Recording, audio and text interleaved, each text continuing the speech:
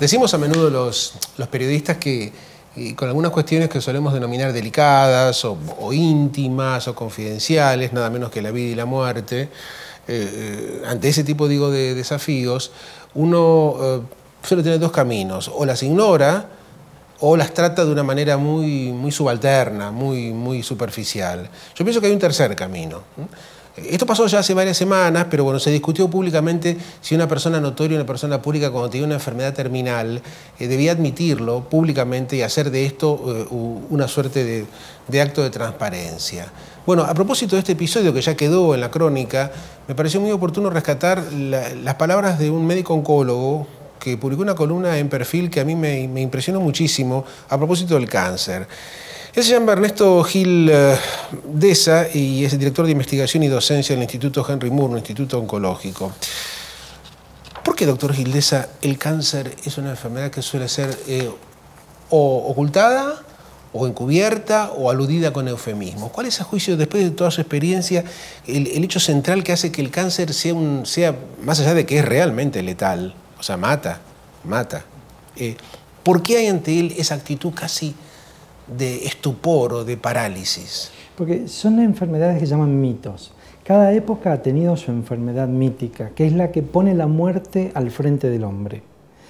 A pesar de que del cáncer se cure en la mitad que se muere nos marca nuestra debilidad y le tenemos mucho miedo.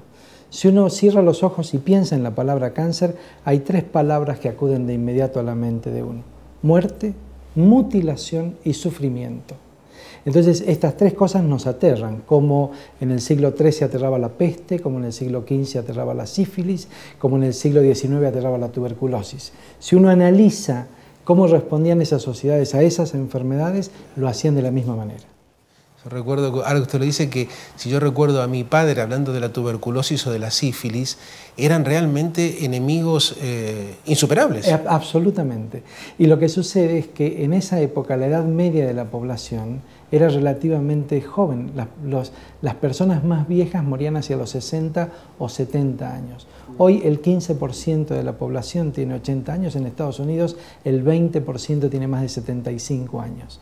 Entonces, a medida que envejece la población, el cáncer aparece como un problema de salud pública. Ocultarlo es una negación de esas que estudian los psicoanalistas, es una manera de decir si yo no lo nombro no existe. Hay una psicoanalista de la década del 60, llamada Elizabeth Kubler-Ross, que trabajó con moribundos y que nos enseñó qué nos pasa cuando nos enfrentamos a enfermedades potencialmente mortales. Y estableció 5 etapas. La primera es la negación. Todos los pacientes con cáncer demoran en la consulta porque a sus síntomas los niegan. No debe ser verdad. Demoran quiere decir que no consultan, claro, sin ser conscientes de que están... Son conscientes de que algo malo pasa y no van. Han perdido sangre, han cambiado la voz, tienen tos, han perdido peso, no pueden comer y sin embargo no van al médico porque tienen miedo. Y entonces piensan que va a pasar y lo niegan. Después vienen otras etapas: la ira, la negación, el pacto y la digamos, resolución. Eso me lleva a un tema que quisiera que usted nos explicara todo lo extenso que sea necesario.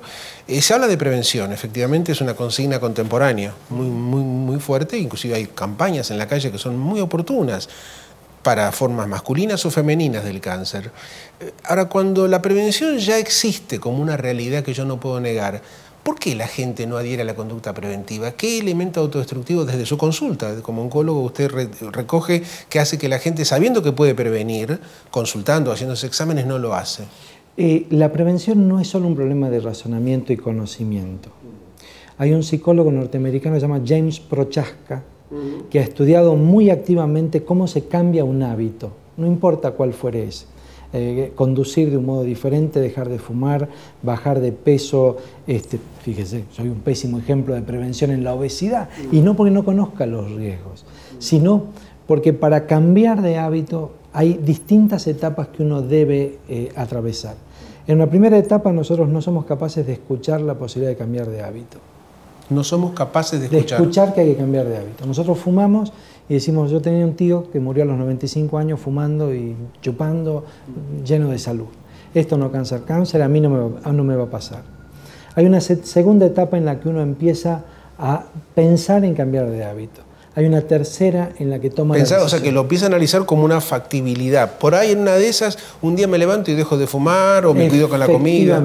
Ahí son muy útiles los textos de autoayuda, los grupos de gente que cambió de hábito, digamos, las leyes que evitan determinadas conductas públicas. Por eso, en ese sentido, no fumar en público auxilia mucho al que está dispuesto a hacerlo. Hay recién una tercera etapa en la que alguien da el paso y luego hay una etapa de mantenimiento y de recaída. Lo interesante, esta gente estudió 10.000 personas que fueron exitosas al cambiar de hábito. Nadie lo hizo la primera vez. Los que tuvieron éxito tuvieron por lo menos 3 fracasos. Recaídas. Intentos y recaídas. ¿Usted habla de tabaco, básicamente? Tabaco, alcohol, estudio, drogas, conducción. No importa el hábito. Ellos han estudiado cómo se cambia de hábito.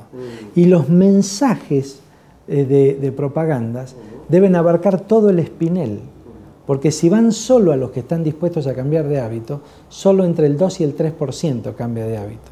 Por eso los mensajes televisivos para cambiar tienen muy poco éxito, porque tienen que ser dirigidos de distinta manera. ¿Sabe quién es la persona que más éxito ha tenido en la prevención del cáncer en el país? ¿En la Argentina? En la Argentina. No. Tita Merello. Porque hablaba del Papa Nicolau. Efectivamente. Ella, hasta que murió a los 100 años, ¿no? Efectivamente. Yo recuerdo que las campañas de Tita con las mujeres eran impresionantes, ¿no? La cantidad de vidas que ha salvado esa mujer son enormes. Porque aparte hablaba casi en términos, le decía, mira, vos, hacete un Papa Nicolau, le decía, ¿no es cierto? Y además, los programas de humor la repetían con mofa, todo el mundo se burlaba. Y más de una mujer dijo, ¿qué será el Papa Nicolau? Efectivamente. Lo cual marca que la campaña de prevención tiene que ser mucho más compleja. En Brasil... El cáncer de útero es una de las formas más malignas, ¿no? Efectivamente, que se pueden prevenir gracias al Papa Nicolau. Decenas de miles de mujeres le deben la vida a Tita Merello. En Brasil qué interesante eso, ¿quién hubiera dicho, no? Aparte dicho por un médico. No, es así, es exactamente así. ¿Por qué será que ella abrazó esa causa, no? No vaya uno a saber, ¿no? Pero bueno. Pero yo creo que, digamos, se plantea quién debe ser el comunicador. En Brasil se hizo un estudio muy interesante porque la Sociedad de Cáncer de Mama de Brasil se asoció a un productor de telenovelas y eligieron la telenovela de horario central que más se veía. Y en 10 capítulos la protagonista pasó de palparse un nódulo a que le dieron una biopsia, con todos los pasos que debe hacerse. 80 puntos de rating tenía el programa en el que le iban a dar el diagnóstico y aumentaron 6 veces el número de mamografías en esos 2 meses. Cosa que quizá una campaña institucional no lo hubiera conseguido. Doctora, regresando al punto de partida de la charla, qué interesante, ¿por qué el periodismo acuñó la frase después de una larga y dolorosa enfermedad? Porque son fulano o fulana falleció después de una larga y dolorosa enfermedad.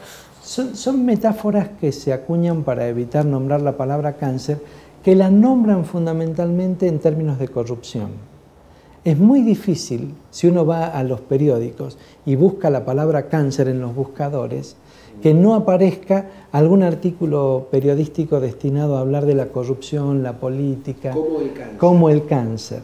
Debemos erradicar el cáncer, operar sin anestesia, el cáncer de la corrupción. Digamos, entonces emplean la palabra cáncer como metáfora de corrupción y emplean larga y penosa enfermedad como metáfora de cáncer. Y la verdad es que no en todos los casos es así.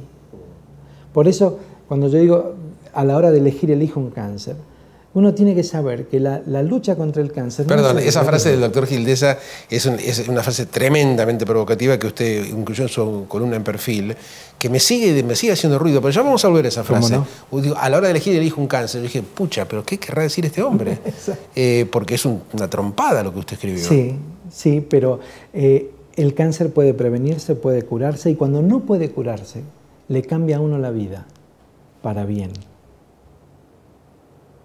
Es muy difícil que alguien sepa lo que es la libertad después de un cáncer, pero la realidad es que nosotros vivimos el día a día acosados por dos índices de problemas que no podemos resolver. Los que están en el pasado, que no podemos cambiar porque ya sucedieron, y los que están en un futuro que no podemos prever. El cáncer lo obliga a uno a fijarse en el día de hoy, y viviendo el día de hoy, el grado de libertad es absoluto. ¿Qué pasa con el diagnóstico, doctor Gildesa? Quiero decir, en su experiencia, inclusive en su propio ciclo biológico, desde que usted se graduó como médico, usted fue medalla de oro. Efectivamente. En la Universidad Nacional de Tucumán, o sea que tiene que haber sido un estudiante muy aplicado y muy brillante, ¿no? Para sacar esa medalla. En su percepción inicial como estudiante y ya luego como joven médico, a hoy, ¿qué pasó con el diagnóstico? ¿Con la comunicación del diagnóstico? No, con el conocimiento que tienen los médicos sobre la posibilidad de diagnosticar mejor que antes. Ha mejorado mucho el diagnóstico, especialmente hay mucha más rigurosidad, hay una serie de elementos de inmunohistoquímica que ayudan al diagnóstico. ¿Elementos, perdón, doctor? De inmunohistoquímica que permiten conocer, digamos, la intimidad de la célula con mayor precisión, y hay métodos de imágenes que han revolucionado el diagnóstico médico.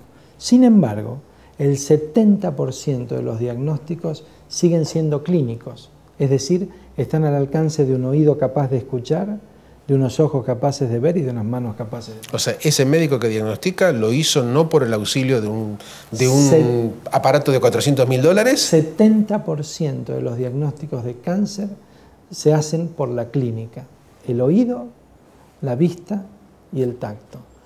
Se confirman con los estudios complementarios y se certifican con las biopsias, pero lo hace un médico que escucha. Esto que usted dice que es deprimente, en el sentido de que mucho no se ha cambiado, mucho no se ha avanzado. No, es formidable. Yo creo que una de las cosas que más debemos hacer los médicos es revalorizar el trabajo del consultorio, el frente al frente. A ver. Digamos, es notable lo que la clínica nos puede dar. Lo que tenemos que valorar es el tiempo y el esfuerzo que le damos a los enfermos. Cuando un médico le da a un enfermo tiempo, su tiempo, lo escucha y lo atiende, 70% de las veces diagnostica correctamente o enfermedades que van a ser confirmadas con los métodos ulteriores. Siempre hay que manejarse, digo yo como ignorante que soy, apenas un cronista, con mucho respeto por esas frases pretenciosas como enfermedades psicosomáticas. Le pregunto a usted, desde su experiencia como oncólogo, ¿cuánto influye hoy en el cáncer contemporáneo, en mujeres y en hombres, el fenómeno psicológico? Yo escucho decir, bueno, estaba muy deprimido, escucho decir, estaba muy cansada, había tenido muchos problemas, hizo un cáncer. ¿Hasta dónde se puede decir que esto es cierto, doctor? No se puede afirmar que eso sea cierto científicamente. Hay por lo menos 40 estudios que han tratado de ver la correlación entre psicología y cáncer y han dado resultados controversiales. Lo único que es más o menos coherente en todos ellos es que las personas depresivas tienen una evolución peor que las personas optimistas, pero muchas veces porque la depresión las lleva a abandonar tratamientos. Ahora, hay mucha dificultad para aproximarse a este problema. Los primeros en nuestro país que mencionaron pérdida de cáncer fueron el doctor Herkovich y la doctora Elba Garber, que trabajaron sobre pérdida y cáncer en pacientes con cáncer. ¿Pérdida en qué sentido, doctor? Pérdida de trabajo, orfandad, traumas muy fuertes. Pero lo hicieron en una población con cáncer. Hay un trabajo que está siguiéndose desde el año 50 en Harvard con egresados de medicina en forma prospectiva, es decir, tomados desde el 50 y todos los años. Médicos. Y allí lo que se vio es que la personalidad depresiva pareciera acompañarse de mayor